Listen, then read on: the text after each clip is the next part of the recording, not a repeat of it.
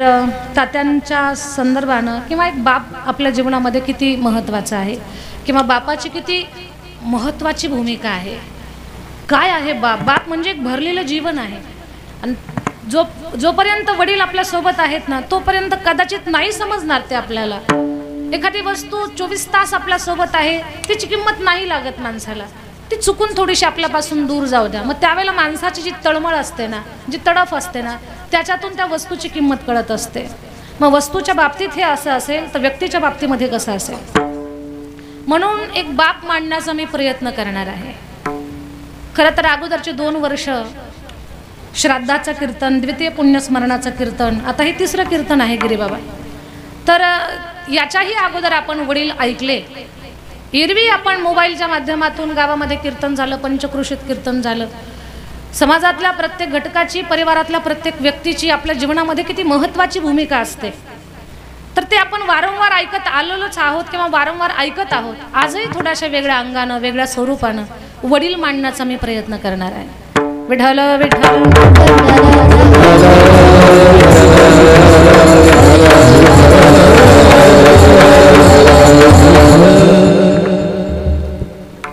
श्रद्धा आपण समाजाचं प्रेम मिळवलंय, ज्ञानोबारायांचा आशीर्वाद मिळवलाय. काहीच नाही आपल्याकडे तरी पण लोक आपला खूप लाड करतात. हे सगळं वैभव आपल्याला प्राप्त झालं. आपण कुणाला काहीच न देता लोक देतातही आणि आपल्यावरती माया प्रेम करतातही. एवढं सगळं या संप्रदायामध्ये प्राप्त झालं आपल्याला. पण आठवून सांगा मला, जेव्हा बाबा घरी होते, आपण तात्या म्हणता वडिलांना तुमच्या, तर तात्या ज्या वेळेला घरामध्ये होते त्यावेळेला तुमचं जे बाहेर फिरणं असायचं त्याच्यामध्ये एक बिनधास्तपणा असायचा, तो आता राहिलेला नाही. हे शब्दात सांगायची गरज नाही, हा अनुभवातल्या सगळ्या गोष्टी आहेत आपल्या सगळ्यांच्या. तर वडील आपल्यासोबत असणं, वडील आपल्यासोबत असणं म्हणजे आपण लढाई जिंकण्यासारखं आहे. जीवनाची जी लढाई आहे, जीवनाचा जो संघर्ष आहे ते जिंकण्यासारखं आहे. आणि वडील आपल्याला सोडून जाणं, सारं जग आपल्यासोबत आहे, श्रीमंती आहे, ऐश्वर्य आहे, धन आहे, माणसं आहेत, पण वडील आपल्याला सोडून जाऊ द्या, जिंकली लढाई हरण्यासारखी स्थिती आपल्या सगळ्यांची होत असते. आपल्यावरती प्रचंड प्रेम करणारे आपले वडील आहेत, प्रचंड प्रेम करणारा. खरं तर बापाचं प्रेम आजपर्यंत जगाला कधी दिसलं नाही किंवा ते बहुतांश लक्षात येत नाही की काय प्रेम आहे बापाचं. आईच्या प्रेमाला खूप व्यक्त केलं जातं, आईला खूप गातात, आईचं वर्णन करतात, आईबद्दल गद्य पद्य साहित्यसुद्धा खूप तयार झालं. पण साहित्यानं सुद्धा बापाला पाहिजे तेवढा न्याय नाही दिला दादा. साहित्यानं सुद्धा पाहिजे तेवढा न्याय बापाला दिलेलाच नाही. का बरं असं होत असेल बापाच्या बाबतीमध्ये? साधी सरळ गोष्ट आहे. आपण कितीतरी वेळा ऐकलेलं असतं, आईनं तोंडावरनं हात फिरवला की आपल्याला मखमल फिरल्यासारखं वाटतं.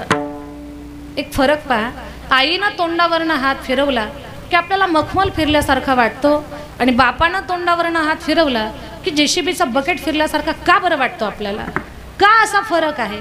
खरं तर दोघांच्या प्रेमाला आपण कधी तराजू लावूच नाही. आई आणि वडील या दोघांचं जे प्रेम असतं ना गिरीबाबा, त्याला कधी तराजू लावायचा नाही आपण. पण भलेही तुम्हाला बापाचं प्रेम समजावून सांगताना मी थोडाफार तराजू लावणार आहे, ते लावू नये पण मी लावणार आहे. का तर मला वडिलांचं प्रेम आपल्या सगळ्यांच्या समोर मांडायचं आहे. ते असल्यानंतर आपली अवस्था स्थिती काय आहे आणि ते नसल्यानंतर आपलं जीवन कसं मोकळं आहे किंवा पोकळी निर्माण झालेली असते, त्या गोष्टीचं आपण चिंतन करणार आहोत. खरं तर आपण सगळे संप्रदायातली माणसं आहात, आपण आहोत. आपणच लोकांना सांगतो की वडिलांची आपल्या जीवनामध्ये किती मेजर भूमिका आहे, किती महत्त्वाची भूमिका आहे. ते असणं म्हणजे आपली विठ्ठल विठ्ठल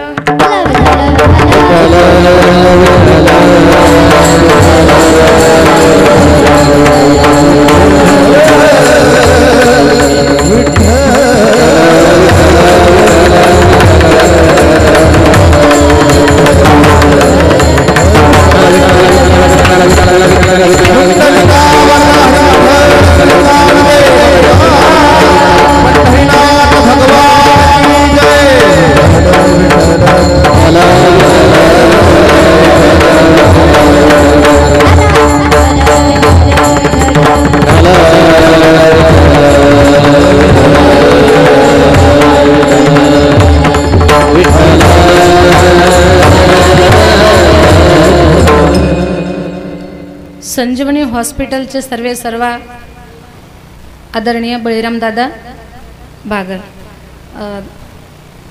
दादा तुमचं अगोदरच आम्ही नाव घेतलं अगोदरच आपला नामोल्लेख झाला. आपण गावातलेच आहात आणि या गावाला आपला स्वाभिमान आहे.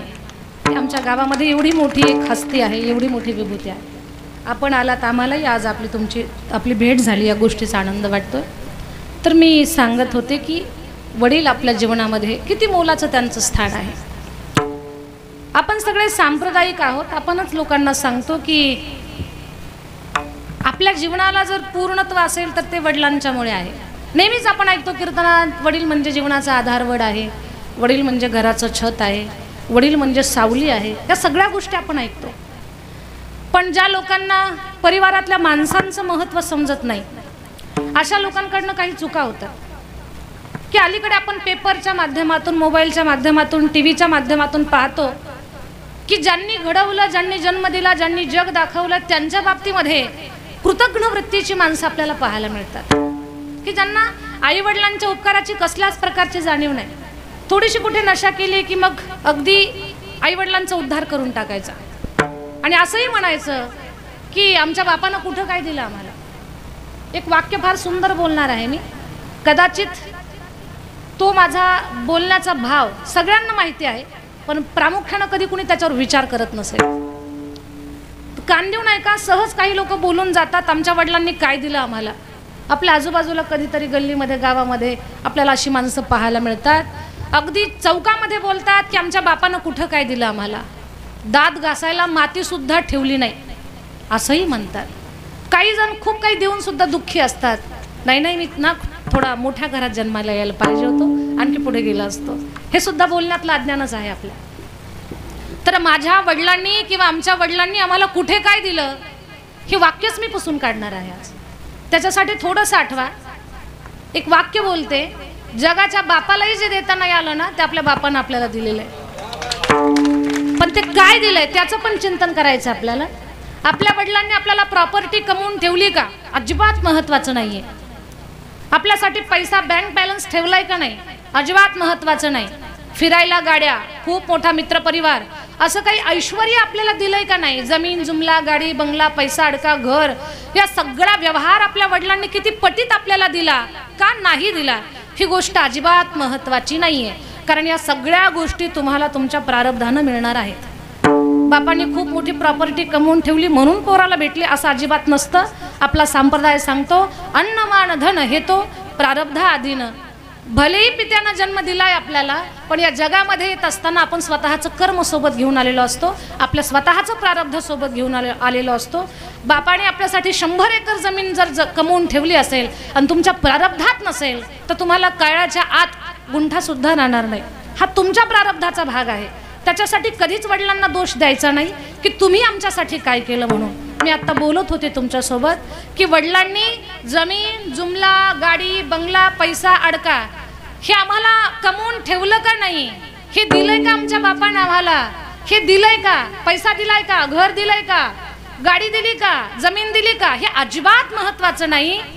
आपल्या बापाने खूप सुंदर गोष्ट आपल्याला दिली, फार मोलाची गोष्ट दिली. हे दिलं का नाही ते नाही महत्त्वाचं, पण काय दिलंय, समाजामध्ये जगण्यासाठी, ताठ मानेनं जगण्यासाठी त्यानं त्याचं नाव आपल्याला दिलं, हे सगळ्यात मोठं दान दिलं. आता दुसरं काहीच मागू नका, दुसरं काही मागूच नका. आपल्या बापानं आपल्याला नाव दिलं, हे काही कमी केलं का. आता विचार करा, म्हणजे असं बोलू नये, थोडं माझं बोलणं जड जाईल आपल्याला सगळ्यांना, पण विचार करण्यासाठी बोलते. एखाद्या व्यक्तीकडे भरपूर पैसा आहे, अगदी बँकेत बॅलन्स आहे, जमीन आहे, सगळं काही आहे, पण माफ करा, त्याला जर वडिलांचं नाव सांगता येत नसेल, त्याच्या या ऐश्वर्याला काही किंमत आहे. आणि माझं बोलणं आधी तुमच्या अंतःकरणापर्यंत जावं, तुम्ही त्याच्यावर विचार करावा. याच्यासाठी एका गोष्टीचा विचार करा. वडिलांचं नाव न सांगता येण्याचं दुःख काय असतं, हे कधीतरी वेशेच्या मुलाच्या चेहऱ्याकडे पहा, काय दुःख आहे ते. बरं, याच्यासाठी प्रमाण आणि पुरावे आहेत. शीख धर्मीयांचे गुरु नानकदेव महाराज एका रचनेमध्ये फार सुंदर सांगतात. पंछी पंख बिना, हत्ती दंत बिना, नारी पुरुष बिना, वेशा पुत्र पिता बिनहीना, वेशा पुत्र पिता बिनहीना, वैसे प्राणी भजन बिना सुमिरन करले, सुमिरन करले, सुमिरन करले मेरे मना, बीती उमर हरि नाम बिना रे, सुमिरन करले मेरे मना, बीती उमर हरि नाम बिना, सुमिरन